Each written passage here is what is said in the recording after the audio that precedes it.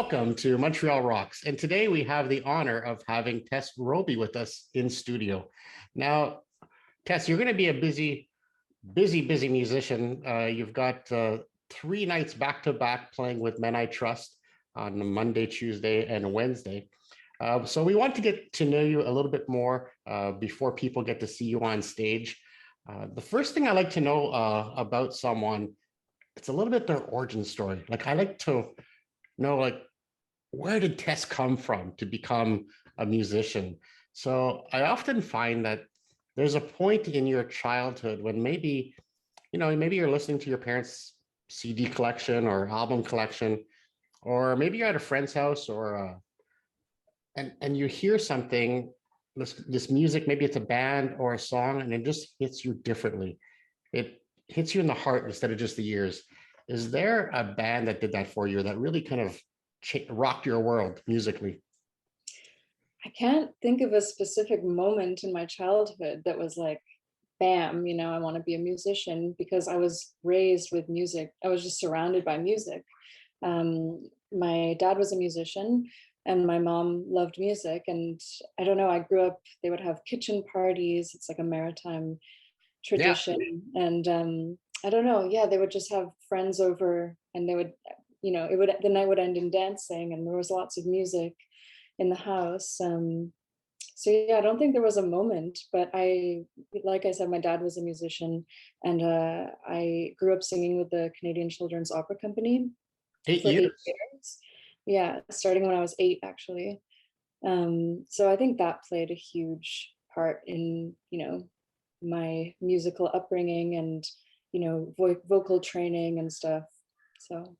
I was going to ask you about that experience specifically because what stuck from that experience that you brought into your music today? Is there anything that kind of you can trace back to that time that you're? Yeah, for sure. I think a lot of like the way I structure harmonies came from that vocal training. There was a lot of choral music. We would sing in all these different languages. And I don't know, there was also like I would sing with the actual opera company in the big opera houses in Toronto. And there was that discipline that, you had the call times, and I think that kind of like lent itself really well to my career in music too, because it gave me like this structure to work with. And yeah. I know that your new music, your new album that's coming out is a little bit of a departure. It's a little. I only heard a couple of the songs. I didn't go through the whole list yet. I will after this, but it is a little bit different. I think your first album. Um, I was trying to describe to somebody, and I said basically it's the Velvet Underground meets Enya, Wow. because you have that Nico voice in some of the songs, but it has that Enya kind of dreamy feel to it. Uh, Mhm. that's what I came up with. Mm. But you were in another band. You were in a band called She Divides. Oh yeah. What did you learn from that experience? Then you're digging. She Divides, yeah, it was just like my first project in Montreal. Yeah, it was so long ago, but it was, I don't know, those were the first times I was playing shows and, coming up in the DIY music scene in Montreal.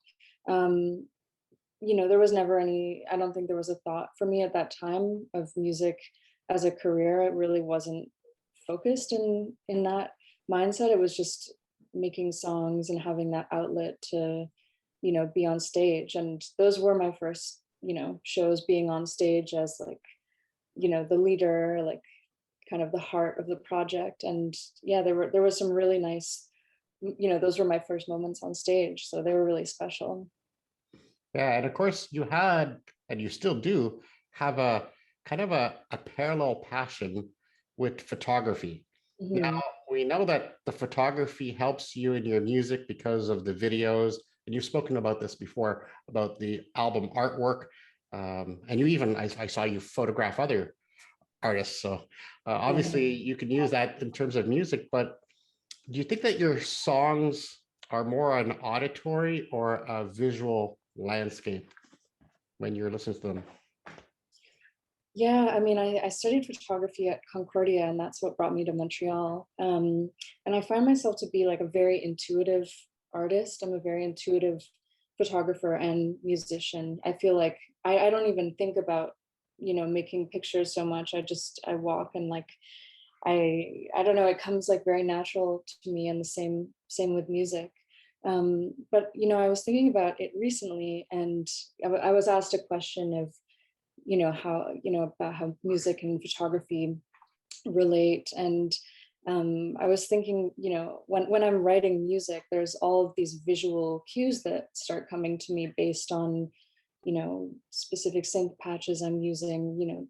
It's like, I think synth lends itself really well to that, because they have such distinct qualities, the tones. It can be very airy, very watery, very earthy. So I start to visualize things as soon as I start writing, and I write lyrics the same time as I write the melody.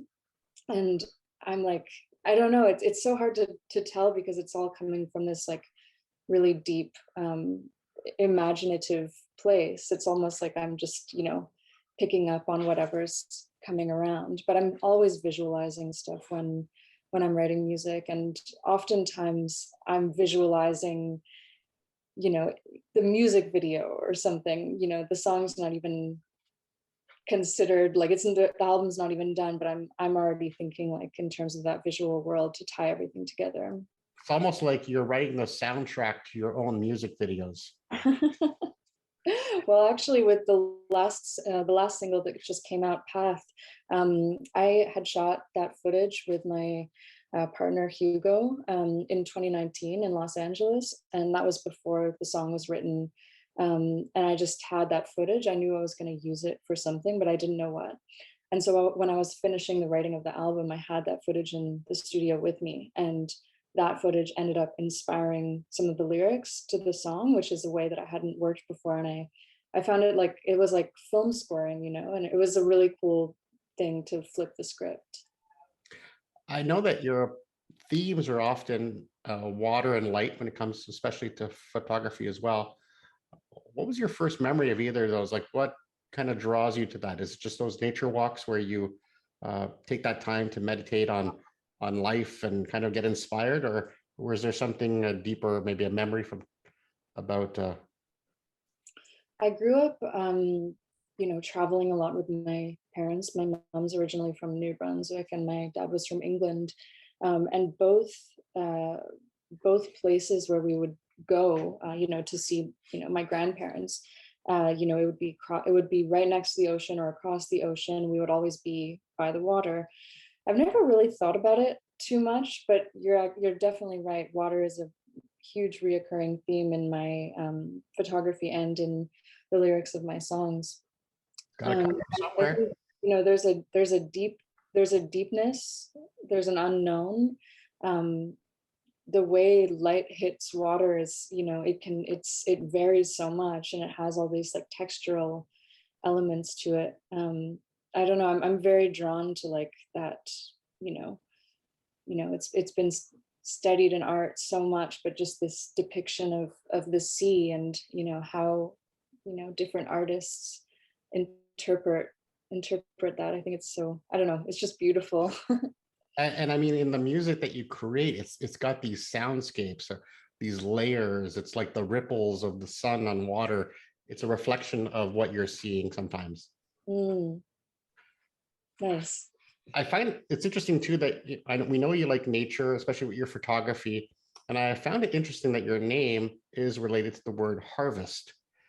Uh, so, Tess, uh, what do you want your music to grow into? My brain just flashed and said a sustainable career. But I think you're asking me on a deeper level what I want it to grow into.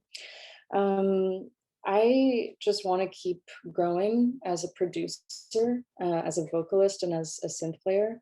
Um, I'm a classically trained vocalist, but I'm a self-taught synth player and producer. Um, so already I'm thinking about my next record, and how I want to build on the momentum that's been created and the songs that I've written. um, it's a really like exciting thing to start thinking about. But I would really like to, you know learn how to record things in my home studio better. I'd like to, dive into technical elements of production, because I've never had any training on any of this stuff, which is cool. It's really cool that like I've made something without any like technical training. I learned so much from the people that I go into the studio with, whether it's my bandmates in my other project, Dawn to Dawn, um, or Austin Tufts, who was a big part of the Ideas of Space record.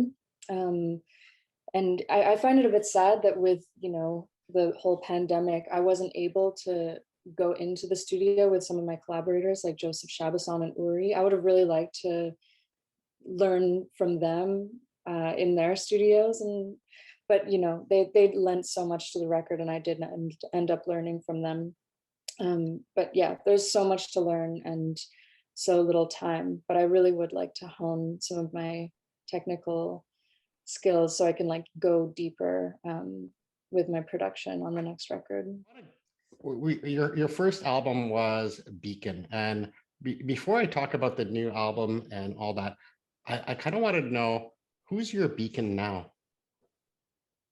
Is there a guiding light in your life right now?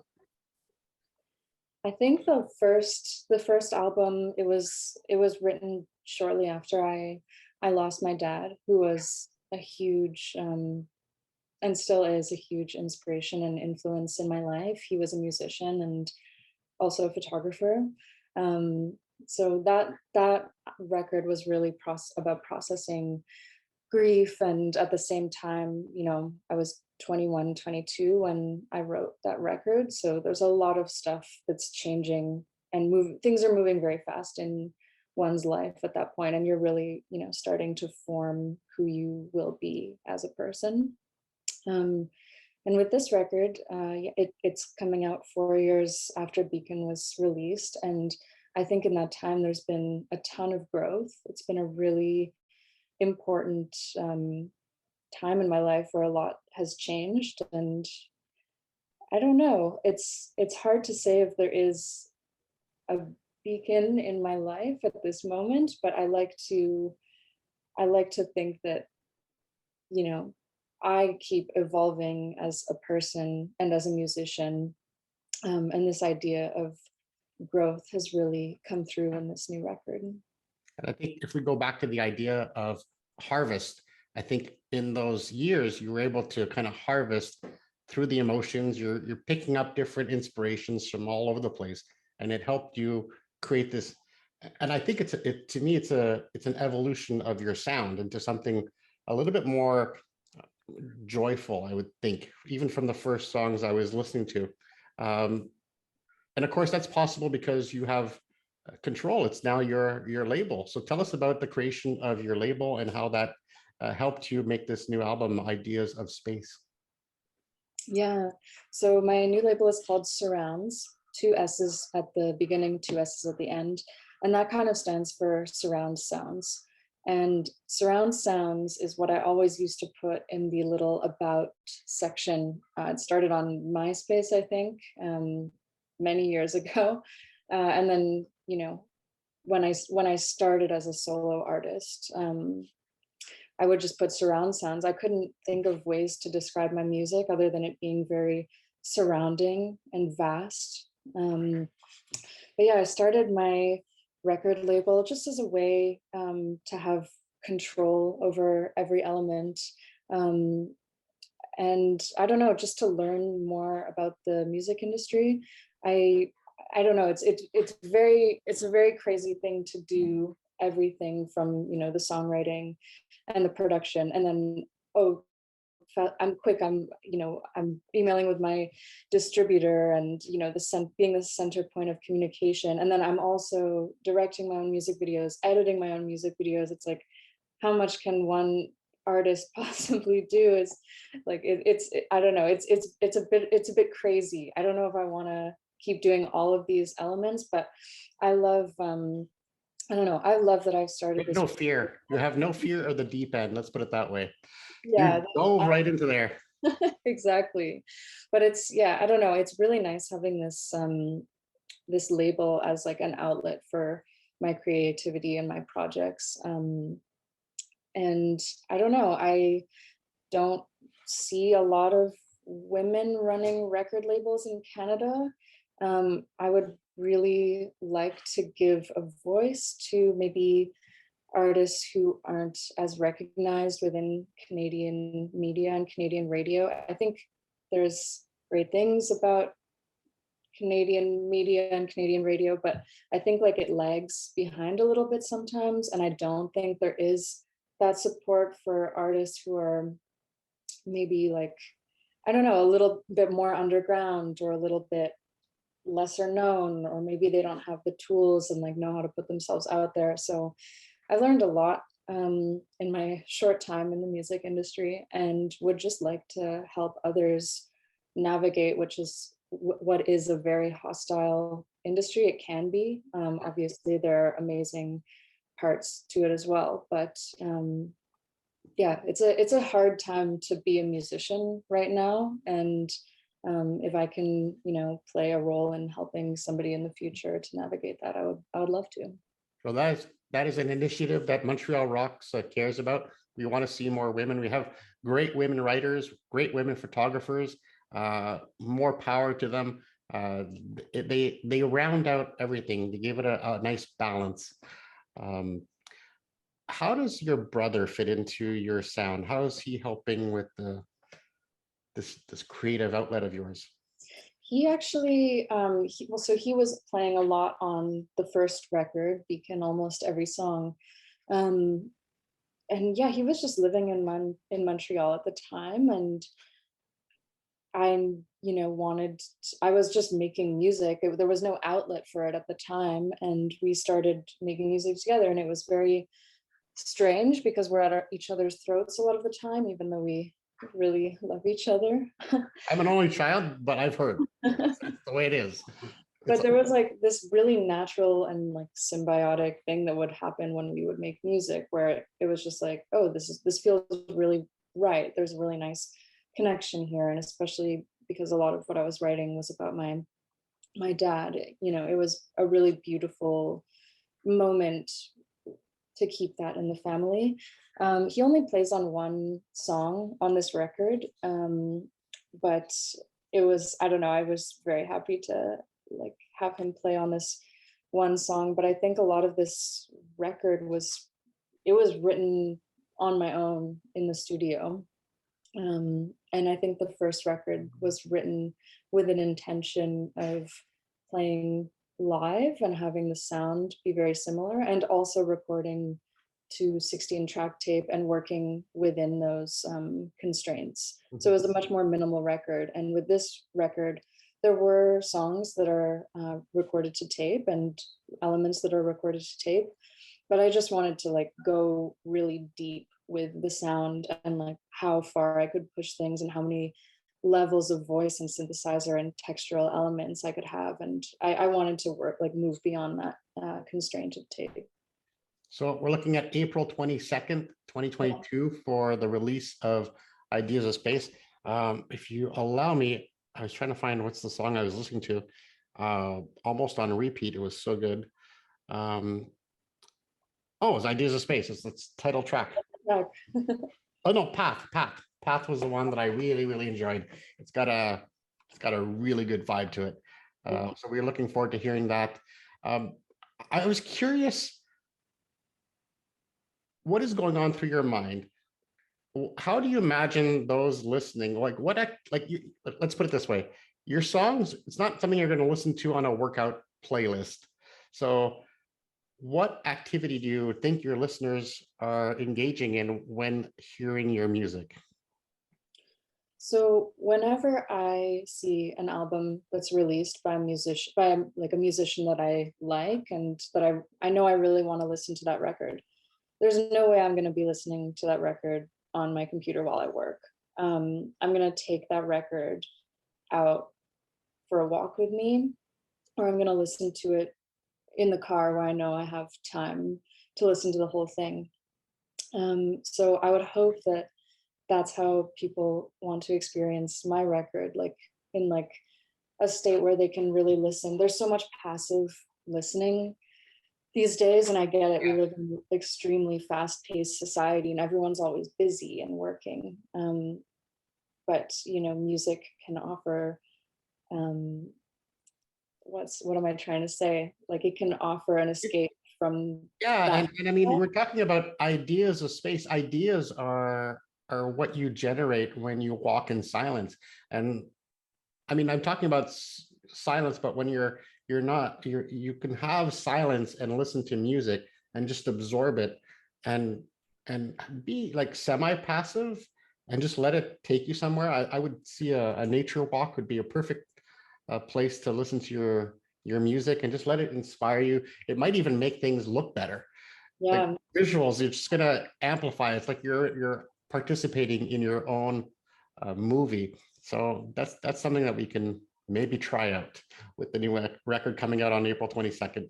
And of course, you're going to be playing the Corona for 3 shows back to back, April 11th to the 13th with the Men I Trust. Saw them before, great band. So it's going to be a great double bill. And I guess I'm just kind of curious, is how many keyboards do you have? here. I count 3 in the periphery. There's 3, 4, 5, 6. They're hiding in the closet too. They're kind of everywhere. Oh yeah, there's one right here. Maybe 8 or so, but So if we can't find you, we should like basically lift up a couple keyboards. Maybe you're somewhere down at the bottom there somewhere. sounds like a nice dream. I would love to, yeah, keep the collection going. Well, thank you so much for speaking at Montreal Rocks, and we look forward to seeing you perform the songs off that new album. It's going to be a great time. So thanks so much, Tess. Great, thanks so much, Randall.